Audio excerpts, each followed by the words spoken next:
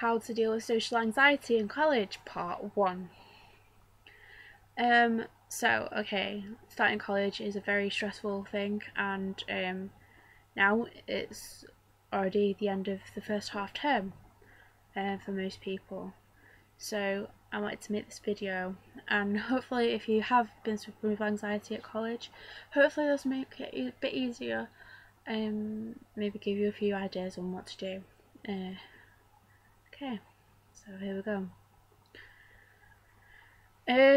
First thing you need to do is find the courage to speak to the member of staff that you trust the most.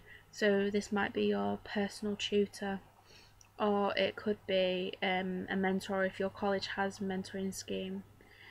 If it's someone that you really trust, then you're more likely to be able to open up to them and tell them.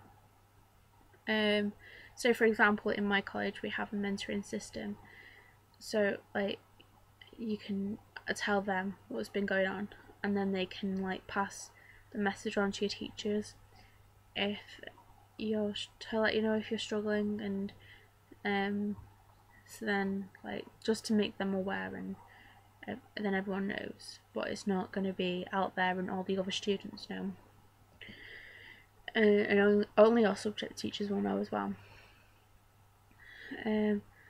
As well, you need to make a list of all the different distractions you can do to be able to cope with your anxiety. If it's social anxiety, for example, you could listen to music or something. Like if like say for me, it's bus journeys. So if you find bus journeys difficult, try and find a time of day like before college that's less busy on the bus, and then you might find it easier. Also listen to music on the bus, download podcasts. You can download podcasts from the BBC, or from, you can download music podcasts like and interviews and stuff from different sites such as like Kerrang. And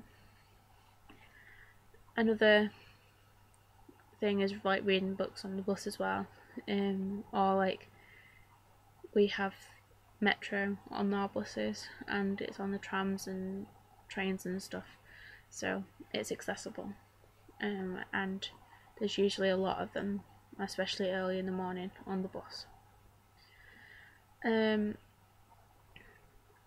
Another thing is like to make a list of steps that you need to take to overcome your anxiety in this particular situation. Don't be hard on yourself and say, okay, right, I've got to do something that's unrealistic. Say, I'm going to get over it straight away. You're not going to get over it straight away. It's going to take small little steps to conquer it. So for example,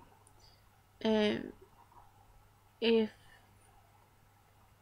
you have a difficulty with going into the canteen at college in the morning, if you know someone, if you have enough friends, then you can like write a little note, and on the note say, okay, right, so by the end of the week, I will make sure that if I feel really anxious, then I'll ask a mate to meet me and meet them first, and then move that meeting from, say, the gates to the canteen area, and just slowly build it up until you're in there on your own and you're comfortable with it, and you're not in this anxious panic state that you don't really necessarily need to be in.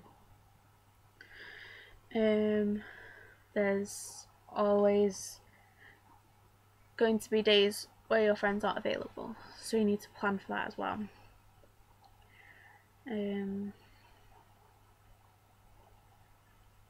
Also make sure that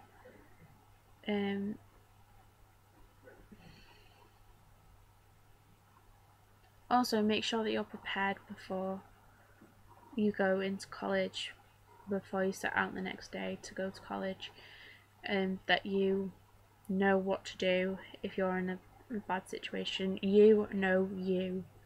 You are the best person to tell you what you are like. I can't sit here and say, okay, this will work for you, because everyone's different, and what I say might not work for you. So you've got to be you've got to be on the ball.